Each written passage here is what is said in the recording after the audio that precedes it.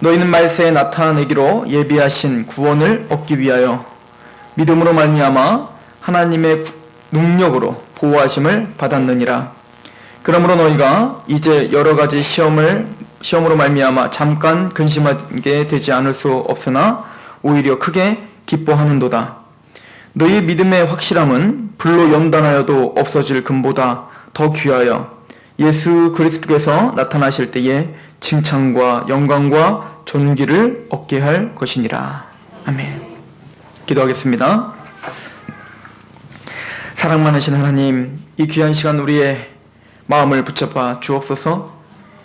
아버지 하나님, 우리에게 말씀을 주시고 그 말씀으로 능력의 삶을 살게 하시고자 우리를 이 자리에 불러주셨사오니 우리의 마음을, 우리의 삶을, 우리의 모든 것을 드려 하나님께 예배의 마음으로 서 있게 하여 주시고 오늘 귀한 말씀이 선포될 때에 그 말씀을 아버지는 우리 마음판에 새길 수 있는 그런 귀한 시간 될 수 있도록 도와주시옵소서. 전하는 그 입술을 주장하여 주셔서 겸손케 하나님의 말씀만 전할 수 있도록 인도하여 주시옵소서. 예수 그리스도의 이름으로 감사하며 기도하옵나이다. 아멘. 베드로전서 1기 64년경 네로 황제의 대핍박이 있기 직전에 소소하게 핍박들이 일어나기 나면서 이제는 대대적인 기독교 대탄압이 일어날 것에 대해서 베드로는 알고 있었고, 또 그 초대교회의 실제적인 목숨을 앗아갈 만한 그런 핍박 가운데에서 이스라엘 백성들, 특별히 구원받은 하나님의 백성들, 기독교인들의 신앙과 그 믿음을 위로하고 또 도전을 주기 위해서 쓴 서신이라고 우리는 이미 알고 있습니다. 그래서 베드로는 그런 고통과 고난들이 닥치기 전에 먼저 준비하고 무장해야 될 것이 있고, 먼저 기독교인들이 확고하게 붙잡아야 될 것이 있다라고 이야기합니다. 그것이 1장 3절에 우리 주 예수 그리스도의 아버지 하나님을 찬송하리로다. 그 많으신 긍휼대로 예수 그리스도를 죽은 자 가운데서 부활하게 하심으로 말미암아 우리를 거듭나게 하사 산 소망이 있게 하셨다. 그런 고통과 그런 고난이 있을지라도 우리는 똑같은 고통을 당하고 있을지라도 우리에게는 다른 점이 있는데, 우리는 복음으로 말미암아 거듭남으로 말미암아 우리에게는 살아있는 소망이 있다. 구원받은 사람은 반드시 세상 사람들은 알지 못하는, 세상 사람들이 감히 따라할 수 없는, 세상 사람들이 감격할 수 없는 그것을 바라볼 수 있는 자들입니다. 그것을 무슨 소망이라고 말합니까? 살아있는 소망이에요. 땅의 것에 죽어있는 소망을 말하는 게 아닙니다. 내가 조금 더 잘 사는 것, 내가 조금 더 좋은 거 먹는 것, 내가 조금 더 좋은 차 타는 것, 내가 조금 더 넓은 집에 사는 것, 이런 것은 산 소망이 아니에요. 우리에게는 살아있는 소망, 생명의 소망, 하나님의 신령한 복을 소망하는 그 시각이 열린 것이 바로 기독교인입니다.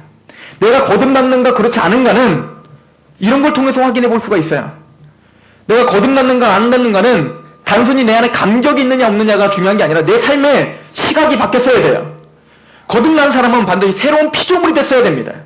그 피조물이라는 것은 이제는 이 세상 것이 아니라 하나님의 것이 있구나를 바라볼 수 있는 눈이 반드시 열렸어야 돼요. 이것이 거듭난 사람의 산 소망입니다. 그 살아있는 소망은 4절에 썩지 않고 더럽지 않고 새하지 아니하는 유업이라고 말합니다. 그 누구도 빼앗아갈 수 없는 거예요. 그 누구도 감히 흔들 수 없는 그 살아있는 소망이 거듭난 사람들의 마음에 요동을 쳐야 됩니다. 교회를 다니고 있지만 단순히 예배를 드리고 교회를 왔다 갔다 하는 명목적인 크리스찬은 이런 살아있는 소망이 없습니다. 아무리 복음을 듣고 아무리 천국에 대한 소망, 보이지 않는 그 세계에 대해서 말해도 아무런 감흥이 없습니다. 그것은 이미 그 영이 죽어있는 상태라는 거예요. 거듭났다는 건 영적으로 살아났다는 것입니다. 영적으로 죽어있던 사람이 살아났다는 거예요. 예수 그리스도로 말미암아 새 생명을 찾았다는 겁니다. 복음 이야기하면 가슴이 뛰어야 됩니다. 하나님의 나라와 하나님의 보이지 않는 그 상급에 대해서 이야기하면 내 마음이 뛰어있는 사람이 성경은 산소망을 쫓는 사람이다 라고 이야기합니다. 우리 성목교회 모든 성도님들은 이런 산소망에 가슴이 뛰고 감격할 수 있는 하나님의 사람들인 줄 믿습니다.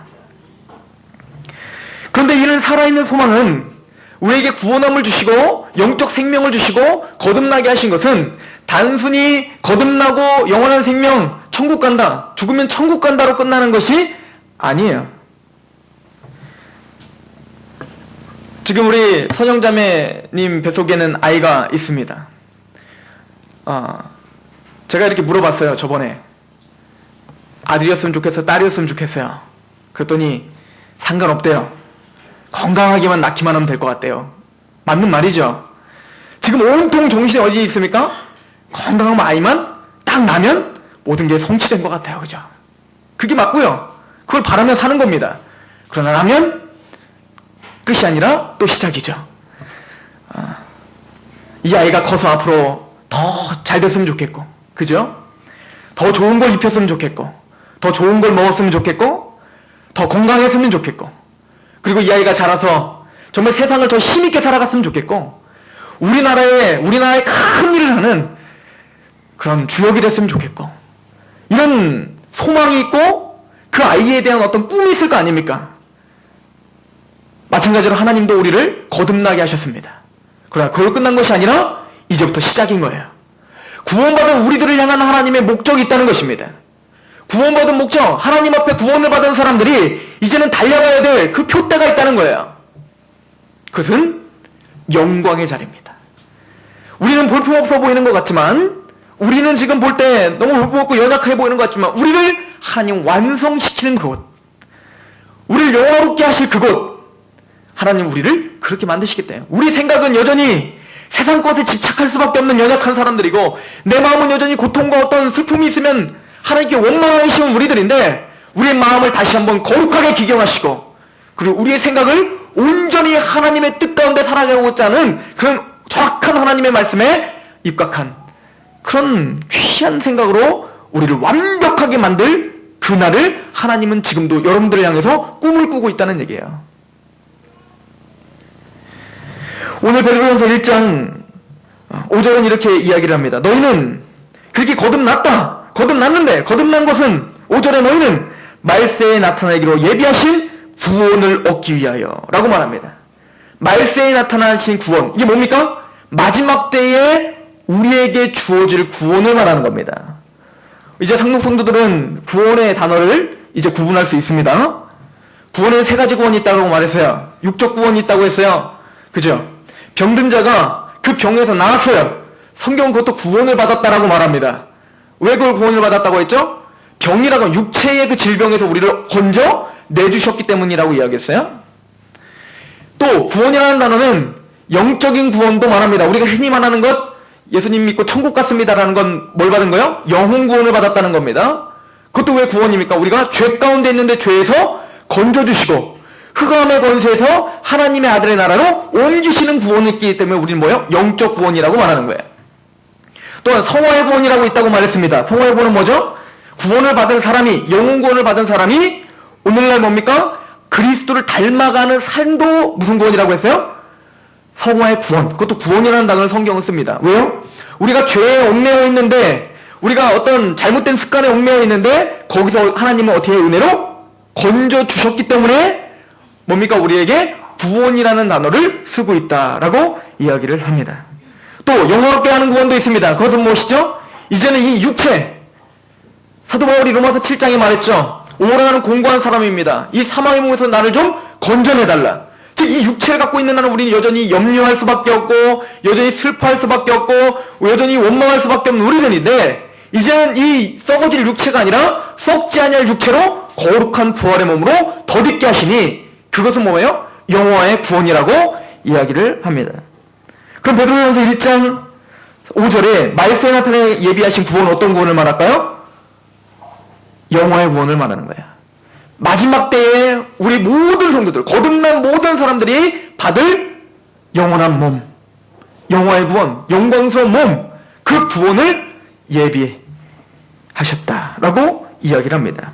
그래서 그 영혼의 구원을 7절에 이렇게 이야기를 합니다. 같이 한번 읽어보겠습니다. 시작. 너희 믿음의 확실함은 불로 연단하여도 없어질 금보다 더 귀하여 예수 그리스도께서 나타나실 때에 칭찬과 영광과 존귀롭게 하실 그 구원을 말하는 거예요. 예수님이 나타나실 때, 예수님 언제 나타나십니까? 재림이에요. 예수님이 이 땅에 재림하십니다. 반드시 재림하셔서 예수 그리스도를 믿는 자는 영광과 칭찬과 존귀를 주실 것이고, 예수 그리스도를 가볍게 여기고 예수 그리스도를 무가치하게 여기는 사람들은 반드시 심판이 있을, 그 재림은 반드시 있을 것입니다.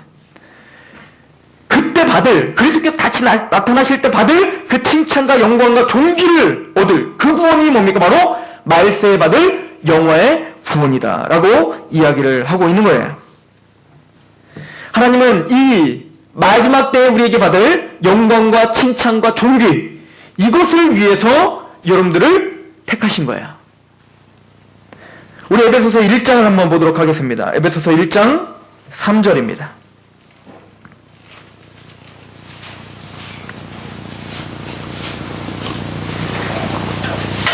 에베소서 1장 3절입니다.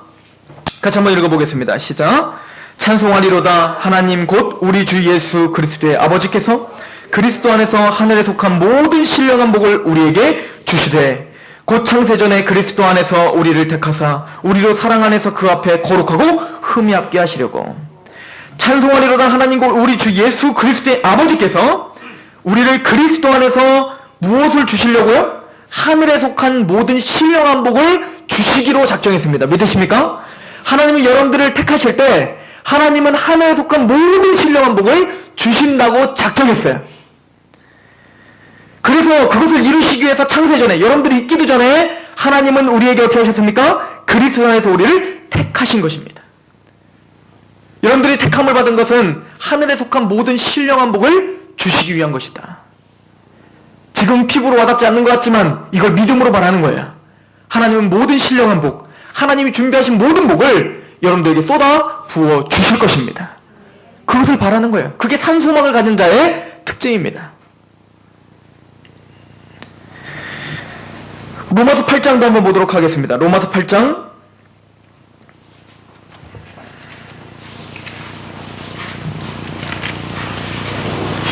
29절입니다. 같이 봉독합니다. 시작. 하나님이 미리 하신 자들을 또한 그의 아들 형상을 본받게 하기 위하여 미리 정하셨으니 이는 그로 많은 형제들 중에 맏아들이 되게 하려 하심이니라. 또 미리 정하신 그들을 또한 부르시고 부르신 그들을 또한 의롭다 하시고 의롭다 하신 그들을 또한 영화롭게 하셨느니라. 아멘. 여기 봤더니 하나님이 창세전에 우리를 택하셨다고 한 말씀처럼 하나님이 미리 아신 자들을 우리를 어떻게 미리 정하셨다라고 말합니다. 하나님 여러분들 미리 정하신 목적이 어디 있습니까? 단순히 여러분들이 영혼 구원받고 단순히 천국 백성 된 거, 거듭난 걸로 끝나는 게 아니라 하나님은 어디까지 인도하시기 위해서 우리를 미리 정하셨어요? 하나님의 아들의 형상을 본받게 하는 거. 베드로랑 야고보와 요한이 변화산상에 올라갔습니다. 변화산상에 올라갔더니 예수님과 모세와 엘리야가 너무너무 신기한 몸으로 변화된 거예요. 그걸 보니까 너무 황홀한 겁니다. 그거를 보고 베드로와 야고보와 요한이 어떻게 했습니까? 여기서 우리 초가집 싣고 삽시다. 왜요? 그만큼 너무 황홀한 거예요. 직접 여러분들이 아마 그 모습을 봤더라면 어떤 누구도 거기서 내려오고 싶은 마음이 없었을 것입니다. 그런데 그 모습이 바로 누구의 모습이라는 거예요? 바로 우리가 받을 모습이라는 거예요. 그리스도의 그 영광스러운 모습, 그 영광스러운 모습이 바로 우리의 모습이에요. 그것을 위해서 여러분들을 택하셨어요. 여러분들을 택하시고는 어떻게 하셨습니까? 오늘 말씀을 보니까 미리 정하셨으니 이는 그로 많은 형제 중에 맏아들이 되게 하려 하심이니라. 30절에 또 미리 정하신 그들을 또한 어떻게 하셨어요? 부르시고 부르신 그들을 또한 의롭다 하시고, 믿음으로, 예수님을 믿음으로 의롭다 하시고, 의롭다 하신 그들을 또한 어디까지 하실 겁니까? 영화롭게까지 하실 것입니다. 우리 데살로니가 후서 우리 2장을 한번 보십시오.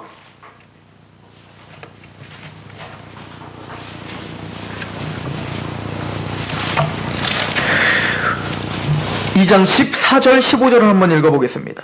데살로니가후서 2장 14절 15절 같이 한번 읽어봅니다. 시작. 이를 위하여 우리의 복음으로 너희를 부르사 우리 주 예수 그리스도의 영광을 얻게 하려 하심이니라. 그러므로 형제들아 굳건하서서 말로나 우리의 편지로 가르침을 받은 전통을 지키라. 이를 위하여 우리의 복음으로 우리를 부르사, 아까 미리 정하신 자들을 부르시고, 근데 뭘로 부르십니까? 이를 위하여 우리의 복음으로 너희를 부른다. 여러분들이 복음을 들었습니까? 그 복음으로 감격했습니까? 그럼 이미 하나님이 여러분들을 부르셨다는 확증이 되는 거예요. 하나님은 사람을 부르실 때 무엇으로 부르신다고요? 복음을 통해서 부르는 거예요. 그 명확한 복음을 들었을 때 우리 주 예수 그리스도의 무엇을 얻게 하려 하시려고 복음을 우리에게 들려주신 거예요? 그리스도의 영광을 얻게 하려 하십니다. 하늘에 속한 모든 신령한 복을 우리에게 복 주시기 위해서 우리를 복음으로 불러주시고 그 복음을 믿는 거듭난 하나님에게, 하나님의 사람들에게 산소망을 주시고 이것에 감격을 갖게 하셨다라고 이야기합니다. 그러므로 뭐라고 말합니까? 형제들아, 굳건하게 서서 말로나 우리의 편지로 가르침을 받은 전통을 지키라. 이걸 뭐예요? 사도들의 가르침, 이 성경 말씀에 기록된 그 말씀을 명확하게 서서 굳건하게 그 말씀을 지켜라. 확증을 받아라. 어떤 상황이 와도, 어떤 것이 몰려와도 흔들리지 말아라. 이 믿음에서 흔들리지 말아라. 너희들이 복음이 들려진 것, 예수님을 믿으라고 너희들에게 들려진 것, 이것부터가 하나님은 너에게 모든 신령한 복을 주시기로 작정한 것의 확증이다. 그러니 내가 쓴 이 글, 이 모든 사도의 글, 성경에 기록된 이 복음에서 떠나지 마라. 이 얘기를 하고 있는 거예요.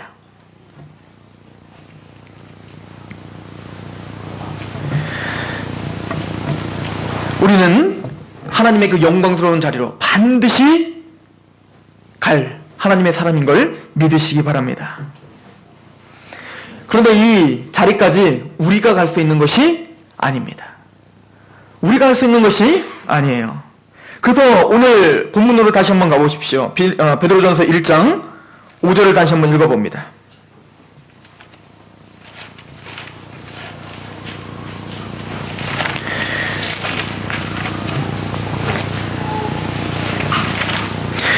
베드로전서 1장 5절 같이 한번 읽어봅시다. 시작. 너희는 말세에 나타내기로 예비하신 구원을 얻기 위하여 믿음으로 말미암아 하나님의 능력으로 누가 인도하신다고요? 누가 보호하십니까? 하나님의 능력이 구원을 받은 하나님의 성도들을 잃어버리지 않고 놓지 않고 반드시 그 영광스러운 구원까지 받기로 하나님의 능력으로 보호해 주시겠다는 거야. 우리가 아무리 거룩하게 산다 할지라도 우리는 그 영광스러운 자리로 우리 힘으로 할 수 없는 자들입니다. 하나님의 은혜가 있어야 돼요. 빌립보서 1장 6절에 착한 일을 시작하신 이가 예수 그리스도의 날까지 이루실 줄을 우리가 확신하노라. 우리가 왜 그 영광스러운 그 구원에 대한 확신이 있을 수가 있죠? 하나님이 하시는 거기 때문에 그렇습니다. 착한 일을 시작하셨어요. 누가요? 우리를 먼저 정하셨잖아요. 그리고 여러분들을 복음으로 불러주셨잖아요. 그 복음을 듣고 믿게 하셨잖아요. 의롭다 하셨지 않습니까? 영화롭게까지 누가 하십니까? 착한 일을 시작하신 이가 하시는 거예요. 하나님께서 우리를 그런 하나님의 백성답게 만드시는 일, 그 영광스러운 자리로 우리를 반드시 인도하실 것입니다. 그래서 장로교 교리에 견인이라는 사상이 있는 겁니다. 견인 사상. 견인은 뭐죠? 자동차에 견인해 나가는 것처럼 하나님이 구원을 시켜주실 때 이미 우리에게 고리로 딱 껴셨다는 거예요. 그리고 언제까지? 예수 그리스도의 날까지 우리를 지켜주시고 인도해 주신다는 겁니다. 그 믿음 때문에 우리는 평화가 있는 거예요. 진리가 같이 진리가 너희를 자유케 하리라. 왜 우리가 자유함이 있습니까?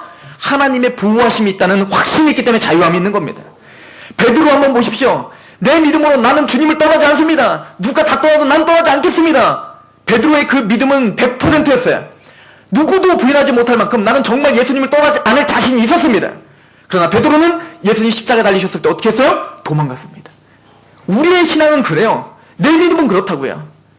그런데 누가 먼저와 또 베드로를 손을 잡아주셨습니까? 예수님이에요.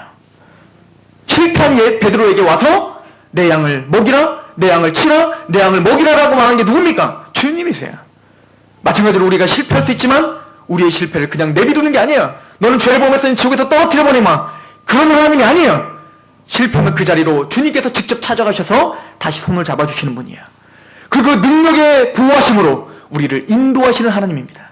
그 좋으신 하나님 찬양하시기 바랍니다. 그 좋으신 하나님, 그분께 우리의 찬양을 마땅히 드려야 될 줄로 믿습니다. 그래서 우리가 할 수 있는 것은 오직 하나입니다. 그분을 바라보는 겁니다. 우리의 연약한 믿음을 하나님께 온전히 드리고, 하나님 나를 좀 붙잡아 달라고 하나님께 우리는 고백할 수밖에 없습니다. 히브리서 12장을 보십시오. 믿음의 선진들이 어떻게 했는가 보십시오. 히브리서 12장. 우리가 알고 있듯이 히브리서 11장은 하나님의 믿음의 사람들이 얼마나 힘있게 하나님의 일을 하였는가, 믿음으로 하나님 앞에 어떤 예배를 드렸는가, 믿음으로 어떤 증거자의 삶을 살았는가, 믿음으로 그 많은 바로의 많은 그런 값진 보화보다도 그리스도의 백성과 함께 고난을 받는 것이 얼마나 값진 것을 알았는 모세처럼 그 믿음의 많은 선진들이 어떻게 승리할 수 있었는가를 우리에게 보여주는 거예요. 어떻게 승리할 수 있습니까? 히브리서 12장 1절 시작. 이러므로 우리에게 그런 같이 둘러싼 허다한 증인들이 있으니 모든 무거운 것과 얽매이기 쉬운 죄를 벗어버리고 인내로서 우리 앞에 당한 경주를 하였습니다. 그런 사람들이죠. 인내함으로 고난 중에서도 예수님을 포기하지 않고 끝까지 붙잡고 하나님 앞에 힘있게 살았던 믿음의 선진들, 아벨, 노아, 아브라함, 이삭, 야곱, 그 많은 사람들이 승리할 수 있었던 이유가 있어요. 2절입니다. 시작. 믿음의 주여 또 온전하게 하시는 이인 예수를 바라보자. 그는 그 앞에 있는 기쁨을 위하여 십자가를 참으사 부끄러움을 개의치 아니하시더니 하나님 보좌 우편에 앉으셨느니라. 우리가 할 수 있는 방법 뭡니까? 믿음의 주인이신 또 우리를 온전하게 하실 분은 누구라는 거예요? 내가 아니라 예수님이라는 거예요. 그 예수를 어떻게 하자? 바라보자. 즉 믿음의 선진들도 다 예수 그리스도를 바라보고 예수님만이 나의 힘입니다, 예수님만이 나를 모든 것을 승리케 하실 수 있습니다는 확신 가운데 바라봤을 때 아브라함이 아브라함 됐고 모세가 모세 됐으며 이삭이 이삭 됨을 믿으시기 바랍니다. 마찬가지로 오늘도 마찬가지야. 우리가 연약하고 또 쓰러지고 또 여러 가지 상황 가운데 우리 갈등할 수밖에 없는 우리들을 그 믿음을 지켜주시고 그 믿음을 끝까지 견고하게 지켜주실 분 누구밖에 없다는 거예요? 예수 그리스도야. 단순히 구원받을 때만 예수님 필요한 게 아니에요. 예수님은 알파와 오메가입니다. 구원받고 마지막 종지부를 찍을 때까지 우리를 지켜주시고 능력으로 보호해 주실 분, 그 예수님만 바라보시길 소망합니다. 그 예수님만 바라보고 오늘 하루를 살면 변화가 생깁니다. 그 예수님만 바라보고 내가 오늘 하루 나는 내가 할 수 없습니다, 오직 예수님만이, 주님만이 나를 지켜줄 수 있습니다는 그 믿음 가운데 오늘 하루를 살면 변화가 일어납니다. 고린도후서 3장입니다. 보십시오.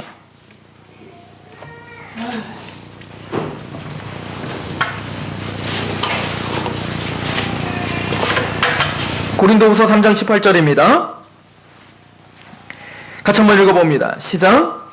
우리가 다 수건을 벗은 얼굴로 거울을 보는 것 같이 주의 영광을 보매 그와 같은 영상으로 변화하여 영광에서 영광에 이르니 곧 주의 영으로 말미암느니라. 굉장히 중요한 말씀입니다. 지금 우리가 다 수건을 벗은 얼굴로 거울을 보는 것 같이, 지금 뭘 보는 거냐면 사실 구약 성경을 보고 있다는 얘기예요. 문맥적으로 구약 성경을 볼 때 이제는 구약 성경을 우리가 묵상하면 그 묵상을 통해서 누구의 영광이 보이게 돼 있다는 거예요? 성경은 주의 영광이 보이게 됐다는 거예요. 그러면은 우리의 믿음의 주여 온전케 하시는 누구만 바라봐야 돼요? 예수만 바라보기 위해서는 우린 뭘 봐야 된다는 얘기예요? 말씀을 봐야 된다는 얘기예요. 그 예수 그리스도를 바라봐요. 그럼 주의 영광이 보입니다. 우리는 그분을 바라고 맞습니다. 사랑, 고린도서 13장에 있는 사랑 오래 참고 온유하며 우리에게 뭡니까? 이기적이지 않고 그 사랑을 보면서 누구를 보는 거예요? 그리스도의 영광을 보는 겁니다. 그치? 그 하나님 예수 그리스도가 나를 사랑하시되 오래 참음으로 사랑해 주셨지. 이해가십니까? 말씀을 통해서 예수 그리스도의 영광이 드러나야 돼요. 그렇기 때문에 어떻게 됩니까? 우리가 그 영광을 바라볼 뿐인데 그와 같은 형상으로 변화하여, 우리가 그리스도를 바라보면 바라볼수록 그분을 붙잡을 때 우리가 누구를 닮아가고 있어요? 예수 그리스도를 닮아가고 있는 겁니다.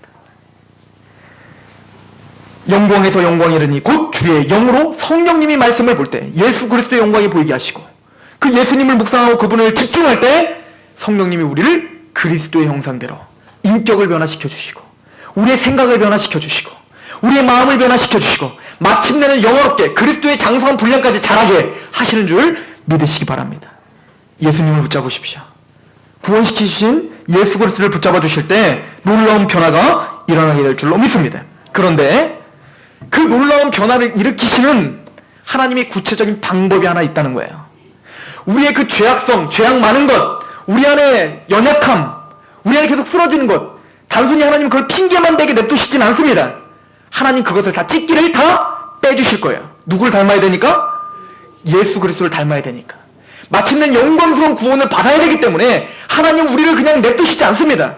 하나님 반드시 우리를 찢기를 빼주시고 더러운 것을 제하게 하시고 우리를 어찌하든 하나님의 백성답게 만드시는 성화의 과정을 우리에게 허락하십니다. 그러기 위해서 반드시 필요한 게 있습니다. 기분 나쁘실지 모르겠지만 그건 바로 시련입니다. 그건 바로 고난입니다. 하나님의 백성들에겐 고난이 반드시 있다고 말합니다. 그 고난을 통해서 하나님은 우리의 찢기들을 다 제거해 주시는 방법으로 고난을 선택해 주셨다라고 이야기합니다. 오늘 베드로전서를 다시 한번 보십시오. 베드로전서 1장에 보면 1장 7절에 보면 이렇게 써 있습니다.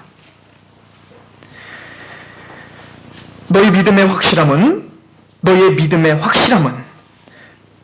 불로 연단하여도 없어질 금보다 더 귀하여. 순금을 뽑아내기 위해서는 강한 불로다 연단을 해야 됩니다. 그래야 순금이 뽑아져요. 마찬가지로 우리 정말 욕심 가운데 살아가는 우리들을 구원시켜 주시고 산소망 있게 하시고 그 영화롭게 그리스도를 닮아가게 하시기 위해선 우리의 모든 불순물들을 빼내야 됩니다. 찌꺼기를 다 제거해야 돼요. 그러기 위해서 사용하시는 방법이 뭐라고요? 시련입니다. 고난입니다. 욥기 23장 10절에 보면 그러나 내가 가는 길을 그가 아시나니 그가 나를 단련하신 후에 내가 순금과 같이 되어 나오리라. 우리를 고난의 불로 연단하셔서 마침내는 우리를 뭐요? 순금과 같이 보배로운 자로, 보배로운 인격으로, 그리스도를 닮아가는 형상으로 우리를 뽑아 내어주시겠다라고 이야기합니다. 고난은 우리를 때로는 단련시키고 우리를 거룩하게 만드는 하나님의 좋은 도구가 됩니다. 베드로전서 4장을 잠깐 보세요. 베드로전서 4장 1절 2절을 한번 보겠습니다. 베드로전서 4장 1절 2절 같이 한번 읽어볼까요? 시작. 그리스도께서 이미 육체의 고난을 받으셨으니 너희도 같은 마음으로 갑옷을 삼으라. 이는 육체의 고난을 받은 자는 죄를 그쳤음이니라. 그 후로는 다시 사람의 정욕을 따르지 않고 하나님의 뜻을 따라 육체에 남을 때를 살게 하려 함이라. 때로 우리에게 육체의 고통이 오는 이유가 뭐라고요? 남은 때를 그리스도의 정욕대로 살아가는 게 아니라 그리스도의 말씀에 순복하며 살아갈 수 있도록 하나님 우리에게 허락해 주신 고통이라는 겁니다.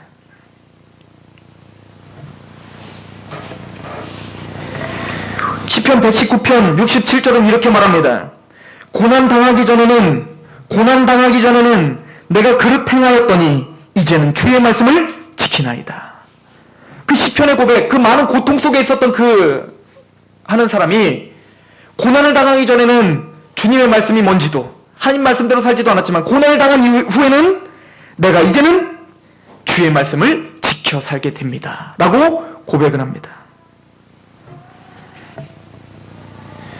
얼마 전에 저희 아들내미가 감기에 걸렸어요. 생전 처음 걸려보는 감기겠죠, 우리 아들은. 제가 어른들한테 많이 들었습니다. 아프면 성숙하다고. 아프면 뭔가 성숙한 짓을 한대요. 뭔가 변화된대요. 말로만 들었었던 이제는 눈으로 그걸 봐요. 어떻게 됐죠? 그럼 말로만 들어서 저는 뭐 그런 게 어디서 아프면 그냥 아픈 거지. 근데 아프고 나니까 하준이가 진짜 달라졌어요. 애가 더 이뻐지고 길 준비를 해요 이제. 진짜 앞으로 이제 막 가요. 근데 아프고 나니까 애가 더 힘이 생기더라고요. 면역성이 생기는 거고 힘이 생기더라고요. 이해가십니까? 때론 고통은 잠시 힘듦을 줄 수 있지만 우리의 영혼에 큰 위로와 때로는 값진 선물을 하나님 주실 때가 너무 많습니다. 제가 서울에서 이제 암 판정을 받고 저 나름대로는 조금 힘들었을 거 아닙니까? 근데 그때 그 암 판정을 받기 전과 후는 전 다릅니다. 제가 얼마나 겸손해졌는지, 그리고 겸손해질 수밖에 없는 사람이 됩니다. 하나님을 철저하게 붙드는 사람이 될 수밖에 없게 됩니다. 저를 겸손케 하시더니 하나님이 서산으로 오게 하셨어요. 하나님은 우리를 인도하시는 방법이 여러 가지가 있습니다. 그러나 고통 중에서도 의미 없는 고통을 주시는 적은 없다를 믿으시기 바랍니다. 그래서 그 시련은 때로는 우리를 믿음을 강화시키는 능력입니다. 우리 베드로전서 4장 19절을 한번 보십시오. 같이 봉독합니다. 시작. 그러므로 하나님의 뜻대로 고난을 받는 자들은 또한 선을 행하는 가운데서 그 영혼을 미쁘신 창조주께 위탁할지어다. 고난을 받으면 하나님의 사람은 어떻게 되는 줄 아십니까? 하나님 앞에 자신을 위탁할 수밖에 없게 돼요. 내가 할 수가 없기 때문에 그렇습니다. 하나님을 철저하게 위탁하고, 하나님 나를 좀 도와주십시오.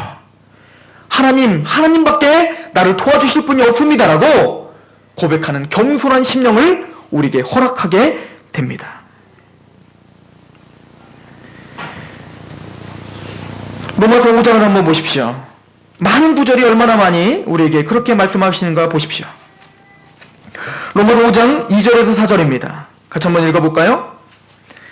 5절부터 제가 봅니다. 5장 1절. 그러므로 우리가 믿음으로 의롭다 하심을 받았으니 우리 주 예수 그리스도로 말미암아 하나님과 화평을 누리자. 또한 그로 말미암아 우리가 믿음으로 서 있는 이 은혜에 들어감을 얻었으며 하나님의 영광을 바라고 즐거워하니라. 하나님이 우리에게 주실 그 영광스러운 것을 우린 즐겁고 바라보는 산소망을 가진 자입니다. 그 믿음은 단순히 그것뿐이 아니에요. 3절 시작. 다만 이뿐 아니라 우리가 환난 중에도 즐거워하나니 이는 환난은 인내를, 인내는 연단을, 연단은 소망을 이루시는 줄을 알미로다. 믿으십니까? 우리에게 환난을 주실 때 그 환난은 의미 없는 환난이 아니라 그 환난은 과정이에요. 과정. 그 환난이 끝이 아니라 하나님 우리에게 주시는 과정이랍니다. 어디로 인도하시는 과정? 소망을 이루신다. 즉 우리에게 하나님을 바라볼 수 있는 소망을 주시는 거예요. 그 믿음을 더 강화시켜 주시는 힘이 되는 거예요. 얼마 전에 우리 권근대 집사님에게 고난이 닥쳐왔어요. 그죠? 슬퍼할 수밖에 없는 고난이었습니다. 그때 권근대 집사님이 고백하는 거예요. 기도로 이겼다는 거야. 하나님에 더 매달릴 수밖에 없게 만들었다는 거야. 신앙을 성숙시킵니다. 세상이 알 수 없는 기쁨을 줍니다. 우리에게 어떤 상황이 닥쳐와도 하나님 앞에 의미 있는 고난인 걸 믿으시고 그 소망을 붙드시기 바랍니다. 하나님 반드시 하늘의 신령한 복을 반드시 주십니다.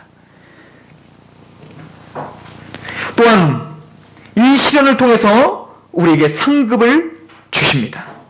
마태복음 5장 10절은 산상수훈에서 그리스도로 말미암아 복음을 통해서 우리에게 받는 고난을 줄 때에 또 우리를 비난하고 우리에게 헐뜯을 때에 기뻐하라. 하늘의 상급이 큼이라. 믿으십니까? 그 상급을 이겨낼 때에 육체적으로도 하나님에게 큰 상급이 있고 이 세상에 상급이 있지만 내세에서도 하나님의 큰 상급이 기다립니다. 그 찍기와 같은 모든 것을 다 이겨낸 후에 정금과 같이 여러분들을 반드시 반짝반짝 빛나게 하실 겁니다. 그걸 믿으시는 거예요. 야고보서 1장 12절에는 그 고난을 받은 후에 인내함으로 이기는 사람에게는 생명의 멸류관을 주리라. 살아있는 멸류관입니다. 썩지 않는 멸류관입니다. 이 세상에서 얻을 수 없는 멸류관을 주겠다는 겁니다. 그 멸류관을 반드시 주시겠다고 하나님 우리에게 약속하고 있습니다. 로마서 8장을 읽어보겠습니다. 로마서 8장 18절입니다. 이 말씀을 아는 크리스천들은, 산소망을 가진 사람들은 그래서 이렇게 고백합니다. 8장 18절입니다. 시작. 생각하건대 현재의 고난은 장차 우리에게 나타날 영광과 비교할 수 없는 영광이 반드시 약속되어 있다. 믿음으로 승리하시기 바랍니다. 여러분들이 어떤 상황이 와도 믿음으로 승리하시기 바랍니다. 하나님은 그 영광스러움을 반드시 주십니다. 지금 잠깐의 고난, 고통은 장차 우리에게 얻을 영광과 좋게 비교할 수 없는 거예요. 포기하지 마십시오. 그 영광을 포기하지 마세요. 그 영광을 내려놓지 마세요. 하나님 앞에 그 말씀을 붙잡고 담대하게 서 있기를 소망합니다.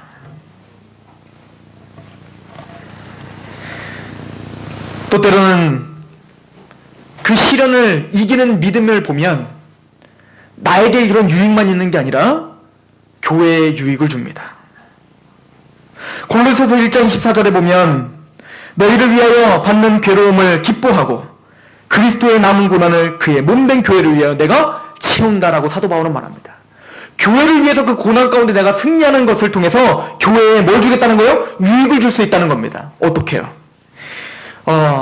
종교개혁 시대에 스코틀랜드에 유명한 종교개혁자 한 명이 있었습니다. 그 사람 패트릭 해밀턴이라고 하는 사람은 복음 가운데 죽음을 불사했던 사람입니다. 그래서 그 성공에 많은 사람들이, 복음을 모르는 그 많은 사람들이 그 패트릭 해밀턴을 죽이는 화형을 처하게 됩니다. 많은 사람들을 불러 모았습니다. 그리고 패트릭 해밀턴은 화형시켜버렸어요. 그 사람들은 이렇게 생각했겠죠. 예수 믿는 사람은 이렇게 죽임을 당한다. 겁을 주려고 했던 겁니다. 두려움을 주려고 했던 겁니다. 많은 사람들 앞에서 패트릭 해밀턴이 고난을 당합니다. 죽임을 당했습니다. 그때 그것을 지켜보던 한 성도가 그 고난을, 죽임을 당했던 그 사형을 집행했던 사람에게 와서 조용하게 이렇게 말을 했습니다. 다음부터는 복음을 가진 사람들을 죽이되 당신들은 지하에서 죽이는 것이 좋을 것입니다. 패트릭 목사님의 그 시체가, 그 육체가 타는 그 연기 속에서 우리의 눈이 불탔습니다. 이해가십니까? 복음을 위해서 자기 목숨을 바치는 그 사람들을 보면서, 복음을 통해서 이 고난을 힘있게 이겨가는 사람을 통해서 힘을 얻는 겁니다. 용기를 얻습니다. 내 믿는 것이 확실하구나라는 걸 믿습니다. 손녀한 목사님이 그랬습니다. 자기 아들을 죽인, 두 아들을 죽인 그 원수를, 그 고난 중에서도 그 죽인 원수를 사랑하며 그를 양자로 삼는 모습을 우리는 봅니다. 그때 믿음을 점검하게 됩니다. 고난 중에서도 기뻐함으로 9가지 감사를 하는 그 손녀한 목사님의 그 감사 제목은 제 사무실에도 제가 적어놨습니다. 왜일까요? 항상 저는 그걸 바라봅니다. 자기 아들을 죽음으로 몰아간 그 상황 속에서 하나님에 왜 감사를 한 그 능력의 믿음, 그것이 저의 도전이 됩니다. 손명이신 잘 아시죠? 몸이 장애를 갖고 있지만 공평하신 하나님이라고 찬양한 그를 보며 우리는 감히 불공평합니다라고 말할 수 없는 그 믿음을 우리는 바라봅니다.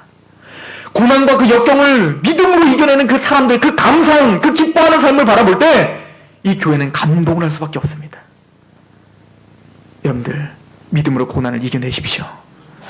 하나님이 잠깐의 고난에 영광스러운 그 영광스러움이 좋게 비교할 수 없음과 동시에 그 많은 성도들이 여러분들을 통해서 일어날 것입니다.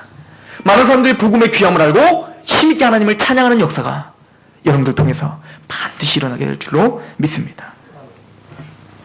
더 중요한 건 이 믿음의 고난을, 시련을 믿음으로 이겨낸 그 성도들을 하나님은 그 믿음을 귀하게 보신다라고 이야기합니다. 오늘 본문을 다시 한번 보십시오. 베드로전서 1장 7절입니다.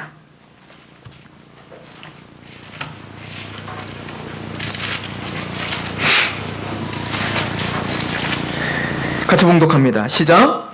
너희 믿음의 확실함은 불로 연단하여도 없어질 금보다 더 귀하여 예수 그리스도께서 나타나실 때에 칭찬과 영광과 존귀를 얻게 할 것이니라.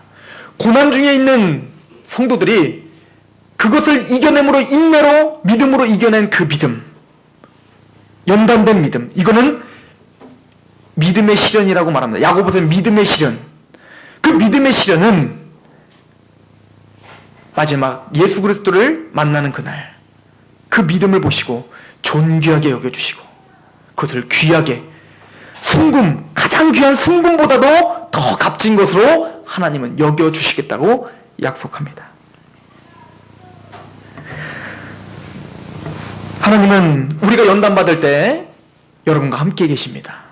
고난받을 때 하나님은 여러분과 함께 계세요. 마태복음 18장 10절에 보면 이 소자 하나에게 만약에 실족해 하거든 그 눈을 빼버리라. 그 손을 잘라버리라. 그 예수 그리스도를 믿고 있는 그 소자에게 실족해 하는 것은 바로 연자맷돌을 목에 달려오고 바다에 빠뜨리는 게 낫다. 그만큼 구원받은 하나님의 성도를 보호하시겠다는 겁니다. 그리고는 말합니다. 마태복음 18장 10절에 보면 천사들이 항상 주의 얼굴을 뵙는다. 우리의 모든 상황, 모든 고난 하나님 다 아신다는 거야. 계시록 2장 3절에 보면 그래서 고난받는 에베소 교인들에게 말합니다. 너희의 고난을, 고난 속에서도 힘있게 살아갔던 너희의 고난을 나는 아노라 라고 말합니다. 때로는 모르는 것 같습니다. 하나님 없는 것 같아요. 안 계시는 것 같아요. 그러나 하나님은 우리 모든 고난을 알고 계십니다.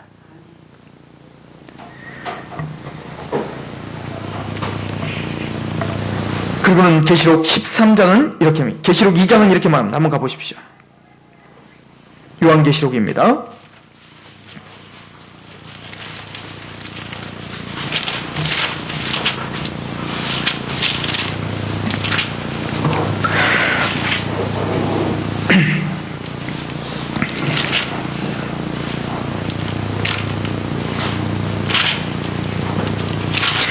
제가 장은 안 적고 절만 적었네요.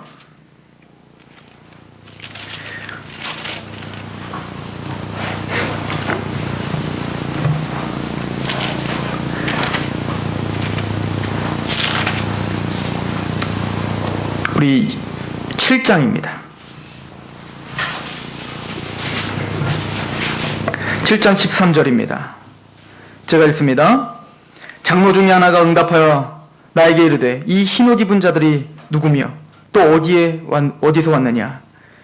14절 같이 읽습니다. 시작. 내가 말하기를 내 주여 당신이 아시나이다 하니 그가 나에게 이르되 이는 큰 환난에서 나오는 자들인데 어린 양의 피에 그 옷을 씻어 희게 하느니라. 구원받은 하나님의 백성들이 큰 환난을 거쳐서 고난을 거쳐서 하나님 앞에 영광스럽게 나타나는 그날을 지금 우리에게 보여주고 있습니다. 그 고난을 통해서 단련된 그 믿음을 가진 하나님의 백성들, 그 사람들에 대한 이야기입니다. 15절. 그러므로 그들이 하나님의 보좌 앞에 있고 또 그의 성전에서 밤낮 하나님을 섬기매 보좌에 앉으시니가 그를 위하여 장막을 치시니라. 그들이 다시는 줄이지도 아니하며 목마르지도 아니하고 해나 아무 뜨거운 기운에 상하지도 아니하리니. 17절 시작. 이는 보좌 가운데서 계신 어린 양이 그들의 목자가 되사 생명수 샘으로 인도하시고 하나님께서 그들의 눈에서 모든 눈물을 씻어 주실 것이다. 하나님은 모든 눈물을 다 씻어 주실 것입니다. 반드시 보상해 주실 거예요. 그것을 믿으셔야 됩니다. 또 그것을 하나님께 기도로 드리셔야 됩니다. 우리 시편 90편을 보십시오. 시편 90편.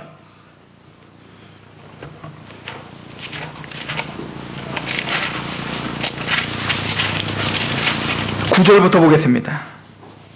모세의 기도입니다. 그 많은 고통과 고난을 당했던 모세입니다. 이렇게 기도를 합니다. 여러분들 이렇게 기도하시기 바랍니다. 고통 중에 있다면 이렇게 기도하시십시오.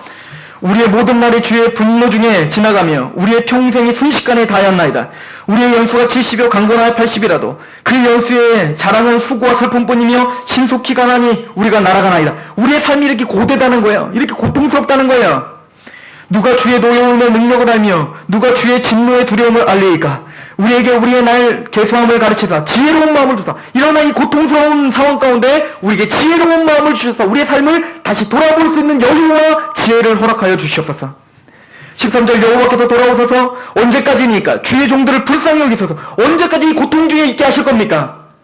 다시 우리에게 돌아와 주십시오. 하나님의 손을 다시 한번 힘있게 우리에게 보여주십시오. 14절에 아침에 주의 인자하심이 우리를 만족하게 하사 우리를 일생 동안 즐겁고 기쁘게 하소서. 성도는 이렇게 기도해야 돼요. 그렇다고 해서 성도들이 고통을 통해서 믿음의 시련을 준다고 해서 고통을 주십시오, 나에게 고통을 주십시오 이렇게 말하는 거 아니에요. 성도는 우리에게 기쁘게 해주십시오, 이 고통을 좀 끊어주십시오 이렇게 기도하셔야 된다는 거예요. 15절에 우리를 괴롭게 하신 날수대로 우리가 화를 당한 연수대로 우리를 기쁘게 하소서. 우리가 당한 고통만큼 하나님 나를 기쁘게 하셔야 됩니다. 하나님 나를 보호하셔야 됩니다. 이런 기도를 드리시기 바랍니다. 그러나 시련 중에 하나님 우리의 믿음을 견고하게 하신 것을 뒤돌아보면 고백하시는 저와 여러분이 되기를 소망합니다. 하나님은 의미 없는 고난을 성도들에게 주시는 법이 없고 그 시련을 통과할 때 정금과 같이 나와 하나님 여러분들의 그 시련으로 단련된 믿음을 존귀하고 영광스럽게 여기시는 하나님이신 줄 믿으시기 바랍니다. 기도하겠습니다.